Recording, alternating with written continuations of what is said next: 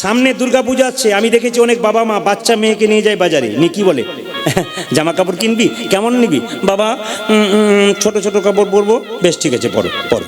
ওই যে মেয়েটাকে ছোট কাপড় পরাতে শুরু করলো, যখন 18 বছর বয়স হলো আর বাবার সঙ্গে গেল না, নিজে করতে চলে গেল বাজার। ওই খাটো খাটো পোশাক পরে পুলিশের লোভী চোখ তাকে কিডন্যাপ করলো। কিডন্যাপ করার পর প্রশাসনকে দায়ী দিলেন আপনি, সরকারকে দায়ী দিলেন।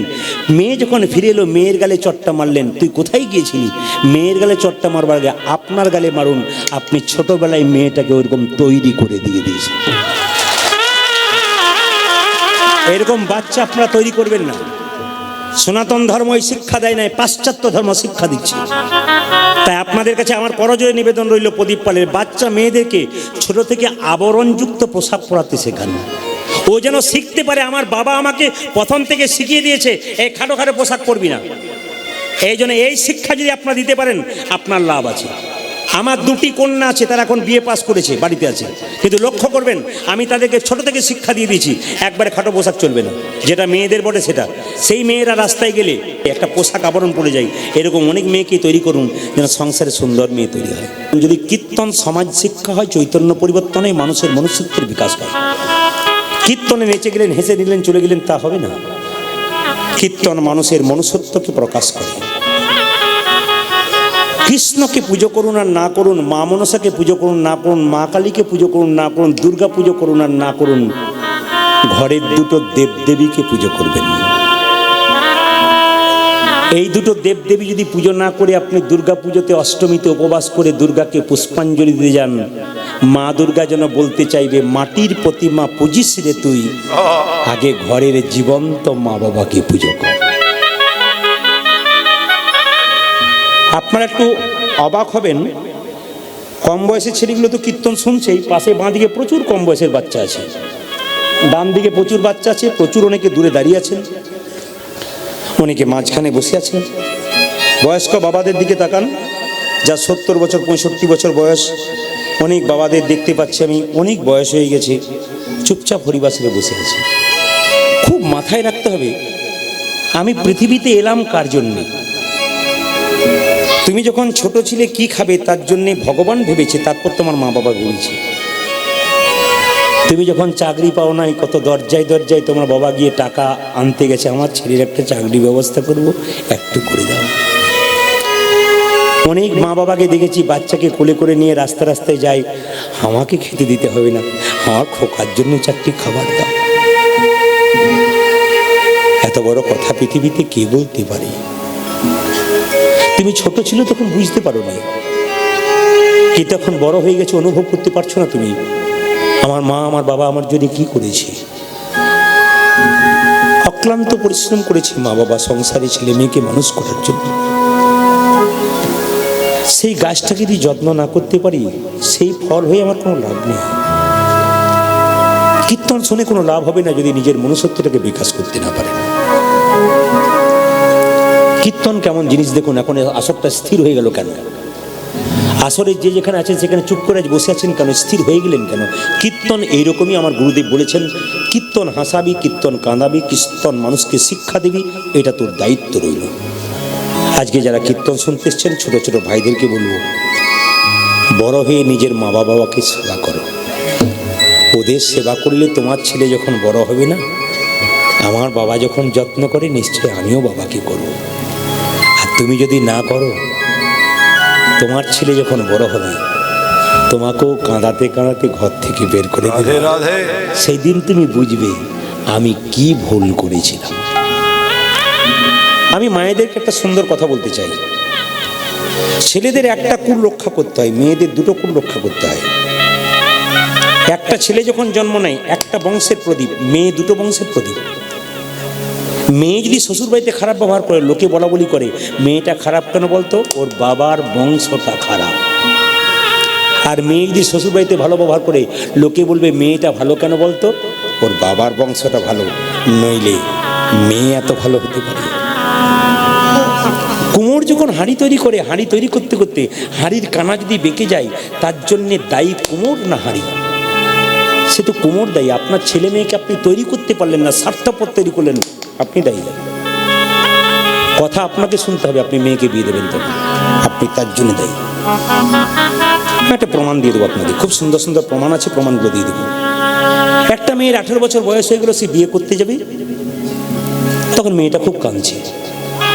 মেয়ের মা বলছে, খুকি কাঁদিস না, আমি কথা দিলাম তোর বাবাকে মাসে মাসে পাঠিয়ে দেবো, কিন্তু একটা কথা আমাদের রাখবি, কি শ্বশুর বাড়িতে গিয়ে ভালো ব্যবহার করবি, শ্বশুর শাশুড়িকে প্রণাম করবি, খুব ভক্তি করবি। মেয়ে বলল, হ্যাঁ মা। একটু হালকা শব্দ, একটু হালকা, খুব সাউন্ডটা না দিলেও কথা বলা যাবে না, একটু দিতে হবে।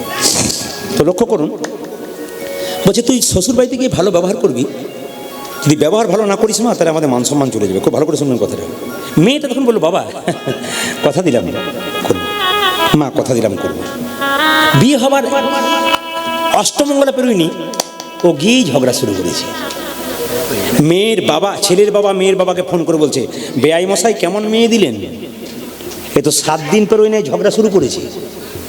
মেয়ে যখন বাড়িতে এলো, বাবা মা বলছে, খুকি কুঁই কুঁই করে বললাম তুই ঝগড়া করিস না, তবুই তুই ঝগড়া করলি, আমাদের মান সম্মান বজায় রাখতে পারি না, ছি, এ তুই কি করলি? মেয়ে বলছে, বাবা মা কিছু মনে করো না, 18 বছর ধরে যেটা শিখলাম সেটা করব, না শেষ দিনে যেটা শেখালে সেটা করব? বলছে, বুঝতে পারলাম না, 18 বছর তো দেখলাম তোমরা দুজনে দাদু ঠাকুমার সঙ্গে শুধু ঝগড়াই করে গেলি, শেষ দিনে শিখি আর কি লাভ আছে? আপনাদের কাছে কীর্তন যদি শিক্ষার জিনিস হয়, কীর্তন যদি মানুষের চৈতন্য পরিবর্তন হয়, তাহলে খুব জ্ঞান ভাণ্ডারে কথাগুলো মাথায় নিয়ে যাবেন। আর এই সুন্দর সুন্দর টিপ্পণী কথা শোনার জন্যে আজ পশ্চিমবাংলা নয়, আজকে প্রত্যেকটি রাজ্যে রাজ্যে, প্রত্যেকটি দেশের বাইরে, আমেরিকা থেকে আমাকে প্রচুর ফোন করে, কিন্তু আমি সময় দিতে পারি না। ইংল্যান্ডে থেকে ফোন করে, আন্দামান নিকোবর দ্বীপপুঞ্জ থেকে 7 দিন ধরে চাইছে আপনাকে দ্বীপে দ্বীপে গান করাবো। আপনি দেখবেন দ্বীপপুঞ্জ, নদীর দ্বীপপুঞ্জর মাঝে, সমুদ্রের মাঝে দ্বীপ, সেখানে দেখবেন আপনার মোবাইলে গান শুনছে কেমন ভক্ত আছে, খালি সবাই লাগিয়ে আছে যেখানে যাচ্ছে। না, আশীর্বাদটা আপনাদের। কেন? আমি যখন ইংরেজিতে এমএ করেছিলাম, তখন আমার 7 জন বন্ধুর সঙ্গে করেছিলাম। 6 জন বন্ধু এখন স্কুলের শিক্ষক, 3টে মেয়ে 3টে ছেলে। তারা ফোন করে বলে, প্রদীপ তুই কী করলি? আমরা সরকারি চাকরি দিলাম, আর তুই কী করলি? আমি ওদেরকে বলি, তোরা তো সরকারের চাকর হলি, আর আমি এমন একজনের চাকর হলাম যার জন্য এত এত সাধুগুরু বৈষ্ণবের চরণ ধুলি মাথায় ফেলা। তারা এখন আমায় বলে, প্রদীপ আমরা জীবনে একবার মালা পড়েছি, তুই প্রত্যেক দিন মালা পড়ছিস, আয় একবার পড়ে দেখ কী অবস্থা হয়। এখন বলে, আর পরে এই জন্মে মনে হবে না, পরের জন্মে দেখবো। ওরা এখন বলে, একটা স্কুলের শিক্ষক হলে একটা এলাকার লোক চিনতো, এখন তো তোকে চিনতে রাস্তায় ঘাটে ঘাটে। তবে এর জন্য আমার বাবা দায়ী। আজকে মায়ের মন্দিরে কীর্তন, আমার খুব আনন্দ। আমাদের বাড়িতে মা মনসা আছে 7টা। আমার মা যখন আমি পেটে ছিলাম, তখন আমার জেঠিমা মায়ের মন্দিরে প্রদীপ দিয়ে বলেছিল, যদি আমার বোনের, আমার মা এবং জেঠিমা 2 বোন, আমার বোনের যদি ছেলে হয় তাহলে প্রদীপ নাম রাখবো। মা মনসা কৃপা করে প্রদীপই দিয়েছে। কিন্তু আমার মা, আমার বাবা মায়ের মন্দিরে প্রতিদিন একটা কথা বলতো, যে আমার প্রদীপ যেন বিশ্বের মানুষ প্রদীপকে চিনতে পারে। মা, আমার বিশ্বের মানুষ যেন আমার প্রদীপকে চিনতে পারে। প্রত্যেকদিন কেঁদে কেঁদে আমার বাবা মন্দিরে একই কথা বলে। আজকে আমার বাবা বেঁচে নেই, কিন্তু আমি মনে মনে ভাবি যে বাবার আশীর্বাদটা আমার গোটাই পড়ে গেছে, বাবার আকুল আহ্বান পড়ে গেছে। ওই জন্য পৃথিবীতে যারা বেঁচে থাকে তখন বুঝতে পারেন না মর্মটা, মরে গেলে বুঝতে পারবেন ওরা কতটা অধিকার ছিল।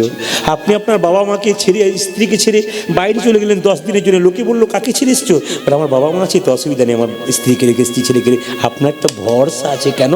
ওরা যতদিন দরজায় থাকবে, বাড়িতে থাকবে, কঠোর প্রহরী হয়ে থাকবে, ওদের সম্মান দাও, নইলে কৃষ্ণের কাছে কৃপা কোনোদিন পাবে না। মায়ের মতো আপন পৃথিবীতে কেউ হয়নি। আমি মেয়েদের একটা শিক্ষা দিতে চাই, কিছু মনে করবেন না, বোন যারা, দিদি যারা, সবাইকে শিক্ষা দিতে চাই। একদিন ফেসবুকে একটা জিনিস দেখলাম, আমার খুব ভালো লাগলো। একজন স্ত্রী রান্না বান্না করছে, তার স্বামী দরজায় বলছে, দরজা খোলো। কি হয়েছে, এত তাড়া করছো কেন? মা এসেছে। দরজা খোলো, মা এসেছে। আমি সেবা করতে পারবো না কারো, তুমি ওখান থেকে নিয়ে যাও। আরে মা এসছে, দরজা খোলো না। আমি বললাম তো দরজা খুলতে পারবো না, তোমার মাকে কোথাও নিয়ে যাও তুমি, তোমার তারও ভাই আছে, এখানে নিয়ে এলে কেন দুপুরবেলা? আমার কষ্ট, শরীর খারাপ, আমি রান্না করতে পারবো না, আমি 3 জনে করেছি, আমি পারবো না, যাও নিয়ে যাও তোমার মাকে। আরে দরজা খুলো না, মা এসেছে। আরে আমি দরজা খুলতে পারবো না, বললাম তো। আরে আমার মা নয়, তোমার মা এসেছে। তখন কি বলছে জানেন? তোমার লজ্জা করে না? 1 ঘন্টা ধরে আমার মাকে দরজায় দাঁড়িয়ে রেখেছে। আপনাদের কাছে আমার নিবেদন হলো, হাসি নয়, শিক্ষার জিনিস। আপনি ওনার মাকে দেখতে পাচ্ছেন না, নিজের মাকে 1 ঘন্টা দাঁড় করাতে পাচ্ছেন না। কেমন মা আপনি? আপনি তো মা হতে পারেন না। আপনি কেমন মা? আপনি তো নিজেই মা হতে পারেন নাই, আবার মায়ের শিক্ষা লোক টিকিয়ে দেবেন আপনি। এই জিনিসগুলো করবেন না। যেখানে কোর্টে বিচার হয় সেখানে দেখবেন একজনের চোখে এরকম করে কাপড় বাঁধা থাকে, দাড়ি পাল্লা থাকে, শিক্ষা দেয় বিচার যেন সমান হয়। বিচারটা ওখানে তোমার। বাবা হলো বাড়ির ছাদ, মা হলো খুঁটি। বড় বড় মাছের পিসের রান্না হয় বাড়িতে, সবাইকে বড় বড় মাছের পিসগুলো দেওয়ার পর ছোট্ট পিসটা যার পাতে পড়ে থাকে সে হলো হাড়ির খাবারগুলো সবাইকে দেওয়ার পর পড়ে থাকুক আর না থাকুক যেটুকু থাকে সেইটা হলো মা। সবাইকে দেওয়ার পর নিজে পায় আর না পায় এটা হচ্ছে মা। মেয়েরা দেখবেন বাপের বাড়ি যায় না কখন থেকে বলুন তো? যখন থেকে মা বাবা মারা যায়। অনেককে জিজ্ঞেস করি, দিদি তুমি বাপের বাড়ি যাবে না? বলে কার কাছে যাব? আমার মাই তো নেই, আমার বাবা ছিল বুড়ো বাবাটা, সেটাও মরে গেল, আমি কার কাছে গিয়ে দাঁড়াবো? আর আমি যাবো না দাদা, সম্মান পাই না। মায়ের মতো আপনার হয় না। সবচেয়ে লজ্জার ব্যাপার, একটা মায়ের পেটে একটা বাচ্চা 10 মাস 10 দিন জায়গা হয়, সেই ছেলে বড় হয়ে কলকাতায় ফ্ল্যাট কিনলে মা বাবার একদিনের জন্য জায়গা হয় না। কেমন ছেলে আমরা? আমরা কেমন ছেলে? কীর্তন শুনে আমাদের কি লাভ আছে? বাড়িতে গিয়ে যদি পরিবর্তন হতে না পারলাম। চৈতন্য পরিবর্তন করুন, মনুষ্যত্ব বিকাশ করুন, মানুষ হন, নিজেকে মানুষের প্রকাশ করুন। নিজের ছেলেটাকে পোকা লাগা বেগুন করবেন না। আপনি পোকা লাগা বেগুন হবেন তো আপনার বাচ্চাটারও পোকা লাগা বেগুন হয়ে যাবে। মায়ের মতো আপনার কেউ হয় না।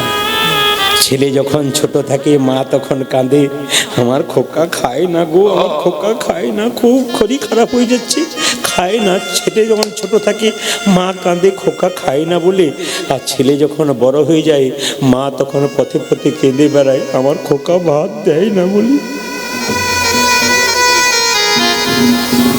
কি লাভ কীর্তন শুনে যদি মনুষ্যত্বের প্রকাশ না করতে পারলেন?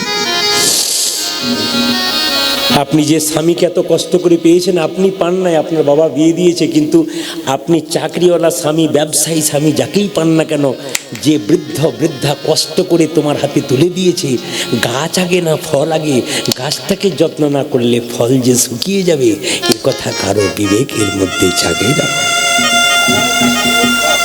কীর্তন শুনতে গেলে মানুষের মনুষ্যত্বের, আজকে আমি যতক্ষণে কথাগুলো বললাম শুধু এই আসরে নয়, প্রতিটি আসরে মানুষ এরকম স্থির হয়ে শোনে, স্থিরভাবে কথা বলে, আসর মুগ্ধ হয়ে যায়, চুপ করে থাকে। আপনাদের কাছে আমি আর বেশি মায়ের কথা বলবো না, শুধু একটাই নিবেদন আপনাদের সামনে রইল, একটু ছোট করে আপনাদের বলে দিই। যে ছোট্ট কথাটা রইল এইটাই, যে আপনি যদি কাউকে কাঁদান তবে আপনি কাঁদার জন্যে তৈরি হয়ে থাকবেন। প্রত্যেকটি হিন্দু জাতির কাছে প্রদীপ পালে একটা নিবেদন রইল, কোনো ধর্মকে ছোট করবে না, সব ধর্মকে সমান সম্মান দেবে, কিন্তু নিজের ধর্মকে কেউ অপমান করার চেষ্টা করবে না। সংসারে সাধুগুরু বৈষ্ণব দেখে কোনো হিন্দুর ছেলে যদি লেলিয়ে দেয়, ওই ছেলেটাকে চটচাপট দিয়ে সোজা করুন, নইলে সনাতন ধর্ম টিকবে না। সবচাইতে লজ্জার ব্যাপার, অন্যান্য ধর্মের মানুষরা নিজেদের ধর্মীয় লোককে সম্মান দিতে জানে, আর আমাদের লজ্জার ব্যাপার কোনো সাধুগুরু বৈষ্ণব দেখলে কতক্ষণ ঠাট্টা করা যায় তার জন্য আমরা তৈরি হয়ে থাকি। আর এইটার জন্য কিন্তু আমরা দিনের পর দিন নিচের দিকে নেমে যাচ্ছি। কীর্তন শুনে কি লাভ আছে যদি আসল জায়গাটাকে ফাঁক রেখে দিলাম? ও সাধু কি করে এসেছে যা দরকার নেই, কিন্তু সাধুর বেশটা ধারণ করেছে, ওই বেশটাকে প্রণাম দাও, সম্মান দাও। ও কি করেছে ওই দিকে তাকাবো না আমি, ও চরিত্রের দিকে তাকাবো না। ও সাধু সেজে ও যে পোশাকটা পরেছে ওটাকে সম্মান দিতে হবে, কিন্তু পোশাকে একটা সম্মান আছে। এই যে নিবেদন আপনাদের সামনে, কোনো বৈষ্ণব দেখলে অপমান করবেন না, অন্তত প্রণাম করবেন। শাস্ত্র বলল বৈষ্ণব দেখলে দাঁড়াতে নেই, সঙ্গে সঙ্গে প্রণাম করতে হয়। রাস্তায় যাচ্ছেন একটু নমস্কার করে যাবেন। কোনো বিগ্রহ দেখতে পাচ্ছেন মন্দিরে, মূর্তি, মাথাটাকে নিচু করে যাবেন, আপনার লাভ আছে। কোন গুরুদেবকে দেখছেন, আপনার গুরুদেব পথে ঘাটে রাস্তায় হাটে সব জায়গায় ঝুপ করে গিয়ে প্রণাম করবেন, দেরি করবেন না, দেরি করলে বিচার হয়ে যায়। কীর্তন শুনবেন, ভালো মানুষের পাশে শুনবেন, কেন? ভক্ত মানুষের পাশে। ও কিন্তু কীর্তন শুনতে শুনতে আপনি কখন হাতটা তুলে দেবে আপনি বুঝতে পারবেন না, আপনি তার পাশে বসলে আপনারও হাত উঠে যাবে। আর এমন লোকের কাছে কীর্তন শুনবেন, ও যদি দেখে কত লোক হয়েছে কাল সকালে বলবো, এদিক ওদিক করে মুখের ক্যামেরাটা ঘোরাই, আপনারও মনে হবে ওইরকম তাকাই, তাহলে আপনার কীর্তন শোনা কোনো লাভ হবে না। যেখানে প্রসাদ পাওয়া যায়, পরম বৈষ্ণবরা প্রসাদ পাচ্ছে, তার পাশে বসে প্রসাদ পান, কেন? উনি প্রসাদ পাওয়ার আগে ভগবানকে দিয়ে পাচ্ছেন, ওটা দেখে শিখে নিন। আপনি পাচ্ছেন তখন টুক করে খেয়ে নিচ্ছেন, কে পেলো না কে খেলো দেখলেন না, কিন্তু বৈষ্ণব যখন প্রসাদ পাচ্ছে তখন ভগবানকে দিয়ে প্রণাম করে পাচ্ছে, ওটা শেখার জন্য বৈষ্ণবের পাশে কীর্তন শুনতে হয়, ওদের পাশে প্রসাদ দিতে হয়। এগুলো মাথায় রেখে আমাদের কীর্তন শুনতে হয়। হরিনাম শুনতে এসছেন, যখন আপনি হরিবাসরে বসবেন তখন প্রণাম করে বসবেন, আবার উঠবেন তখন প্রণাম করে উঠবেন, কেন? প্রদীপ পাল কীর্তনিয়াকে নয়, স্বয়ং মহাপ্রভুকে যিনি হরিনাম দিলেন তাকে সম্মান দিতে হবে, তবে আমাদের জীবন সুন্দর। আপনারা কি ভাবছেন যে প্রচুর লোক কীর্তন শুনছে বলে হিন্দু সমাজ জাগরিত হয়েছে, সনাতন ধর্ম জেগে গেছে? না না, ইটের উপরে ইট সাজালে প্রাচীর তৈরি হয় না, ইট আর ইটের ফাঁকে মশলা দিতে হয়, তবে প্রাচীর তৈরি হয়। একজন ভক্তের সঙ্গে একটা ভক্তের রাধা রাধা বলে প্রেম নিবেদন করতে হবে, জয় নিতাই বলে প্রেম নিবেদন করতে হবে, ওই প্রেমের মশলা দেবেন তবে হবে। একজন বন্ধুকে দেখলে সকালবেলায় জয় নিতাই বলতে শুরু করুন, ও যদি আপনাকে বলে কবে থেকে এত বড় ভক্ত হলি, বলে আজ থেকে হলাম, তুইও চালু করে দে। ও বলতে বলতে একদিন দেখবেন ঠাট্টা করতে করতে ও একদিন ভক্ত হয়ে যাবে। এমন ছেলে দেখেছি সাধুগুরু বৈষ্ণবদের প্রতি ঠাট্টা করতো, খারাপ খারাপ কাজ করতো, সেই ছেলেটা গলায় মালা নিয়ে ঘুরে বেড়াচ্ছে, কি ব্যাপার তোমার কি হলো? আর বলবেন না, ঠাট্টা করতে করতে আমি তো ডুবে গেলাম। এটাই তো হয়, যে চটে সে পটে, একটা কথা আছে না? আর যে সাধুগুরু বৈষ্ণবকে বেশি অপমান করে দেখবেন সেই আস্তে আস্তে লাইনে চলে যায়। নিয়ম হচ্ছে তাই, আপনারা কিন্তু অপমান করবেন না, নিবেদন রয়েছে সম্মান দিন। আমার এইটাই বিশেষ বচন। সবাই মিলে একবার বলুন, রাধা রানী কি, শ্যাম সুন্দর কি। মাতৃ আরাধনার মুহূর্তকালে মায়ের কাছে প্রার্থনা করি আপনাদের সকলের জন্যে, সকলের সংসারের মঙ্গল হোক, প্রত্যেকটি হিন্দুর পরিবারটা একটু কৃষ্ণ ভক্ত সন্তান জন্ম হোক। আপনাদের পরিবারে কৃষ্ণ ভক্ত সন্তান জন্মের কথা বললাম কেন, আস্তে মন দিয়ে শ্রবণ করবেন। আর কীর্তন চলাকালীন আপনাদের কাছে নিবেদন রইল, সংসারে তো কিচির মিচির, আস্তে, সংসারে তো কিচির মিচির চলছেই, এটা নাই ওটা নাই, ওটা চাই এটা চাই, সারাদিন তো চলছেই। ওই সংসার ত্যাগ করে যখন হরিবাসরে এলেন, এখানে কিচির মিচির বন্ধ করে মনকে স্থির করুন, সংসার আপনার সুন্দর হবে। কৃষ্ণ ভক্ত সন্তান প্রত্যেকটা হিন্দুর পরিবারে একটা করে দরকার আছে। যদি সবাই হতে পারে তাহলে তো খুবই ভালো কথা। নিমাই সচিমাতাকে জিজ্ঞেস করেছিল, মা তুমি আমায় ডাকলে কেন?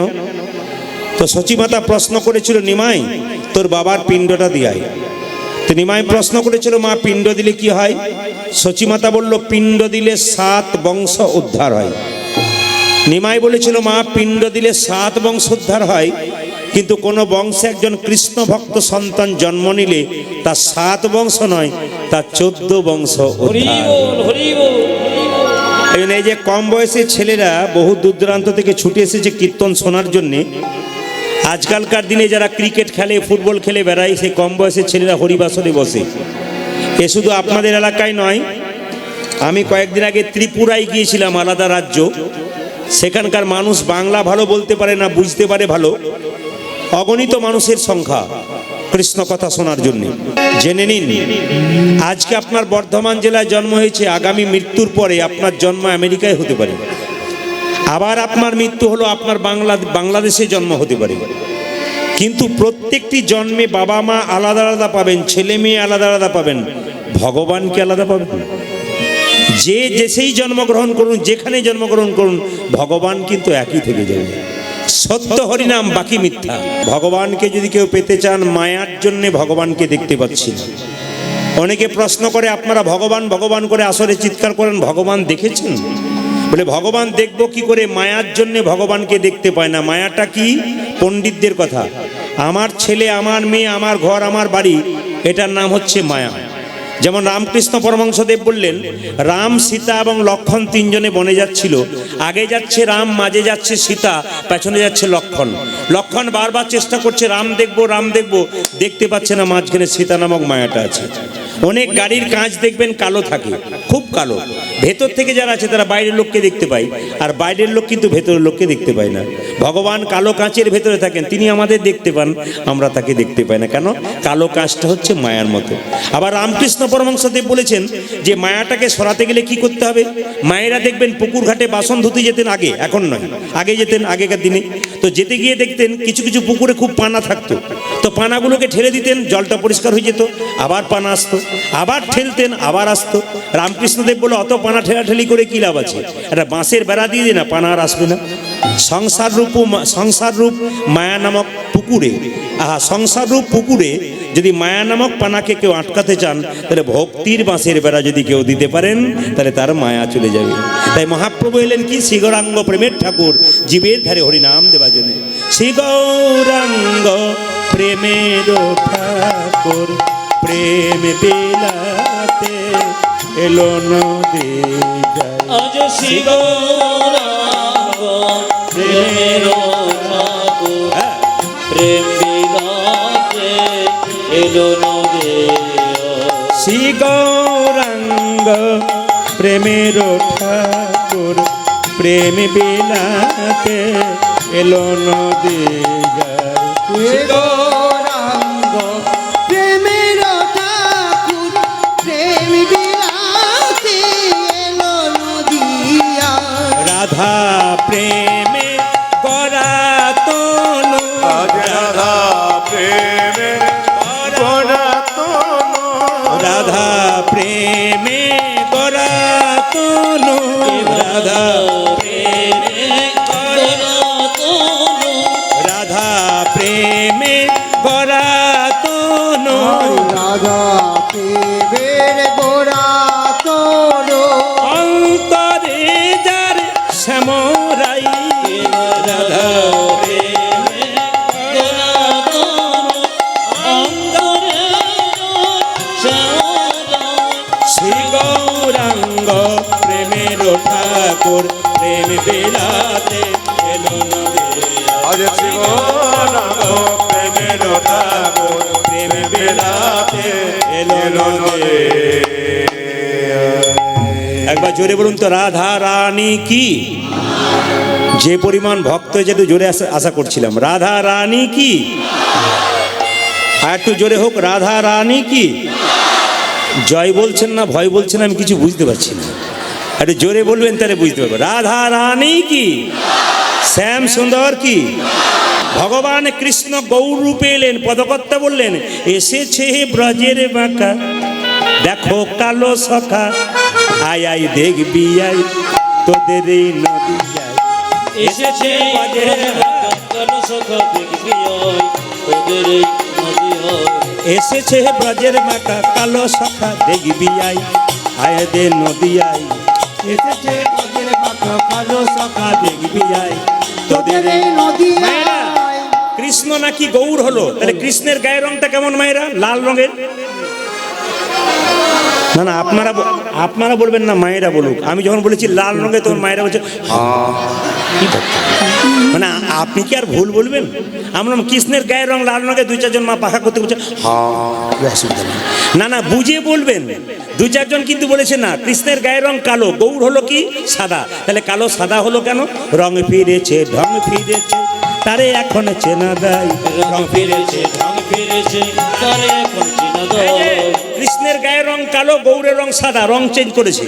আর কি, কৃষ্ণের ভাবটা কেমন ছিল এরকম ঢংটা, আর গৌরের ঢংটা কেমন এরকম। রং ফিরেছে, ঢং ফিরেছে, তারে এখন চেনা দেয়। রং ফিরেছে, ঢং ফিরেছে, তারে এখন চেনা দেয়। তোদের এই নদিয়ায় এসেছে ব্রজের বাঁকা, কালো সখা, দেখবি আয় তোদের এই নদী হয়। এসেছে ব্রজের বাঁকা, কালো সখা, দেখবি আয় তোদের এই নদিয়া। এই যে এখন কালো বরণ নাই, এখন কালো বরণ, এখন কালো বরণ নাই। ও গরি রে,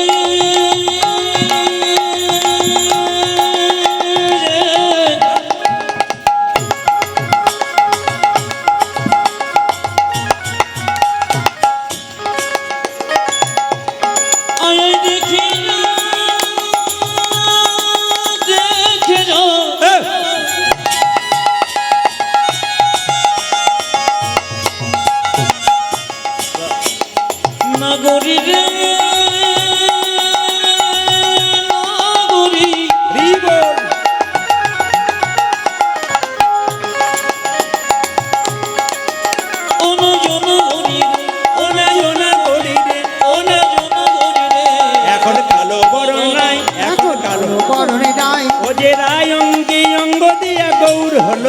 উজাজে রায়ঙ্গি উজাজে রায়ঙ্গি উজাজে রায়ঙ্গি অঙ্গি গৌর হলো তাই ওই যে রায়ঙ্গি, ওই দেখো রায়ঙ্গি, ওই দেখো রায়ঙ্গি অঙ্গ দিয়া গৌর হলো তাই। ও যে রায়ঙ্গে আহা রায়ঙ্গে আহা রায়ঙ্গে অঙ্গ দিয়া গৌর হলো তাই। এখন তারে যায় না চেনা, এখন তারি যায় না চেনা এখন তারে যায় না উজাজে চেনা, এখন তার যায় না চেনা চেনা বড় বিষম দায় আমাদের নদিয়ায়। এসেছে বাজের বাঁকা কালো সখা দেখবি আয়, তোদের এই নদিয়ায়। এসেছে বাজের বাঁকা কালো সখা দেখবি আয়, তোদের এই নদিয়ায় এসেছে বাজের বাঁকা কালো সখা দেখবি আয়। আমাদের নদী দাস বিশ্বরূপে কই, দাস বিশ্বরূপী দাস বিশ্বরূপে কই, বিশ্বরূপে কয় ও যে কলিযুগে অবতীর্ণ চৈতন্য গোসাই, কলিযুগে অবতীর্ণ চৈতন্য ও গোসাই যে কলিযুগে অবতীর্ণ চৈতন্য গোসাই, উজাজে কোনি যুগি অবতীর্ণ চৈতন্য বসাই ও যে হরি হরি হরি বলে, হরি হরি হরি হ্যাঁ হ্যাঁ হরি হরি হরি উজাজে হরি হরি হরি বলে ধুলাই গড়া গড়ি যায় আমাদের নদিয়ায়। এসেছে বাজের বাঁকা উলধ্বনি দেখবি আয়, তোদের এই নদিয়ায়।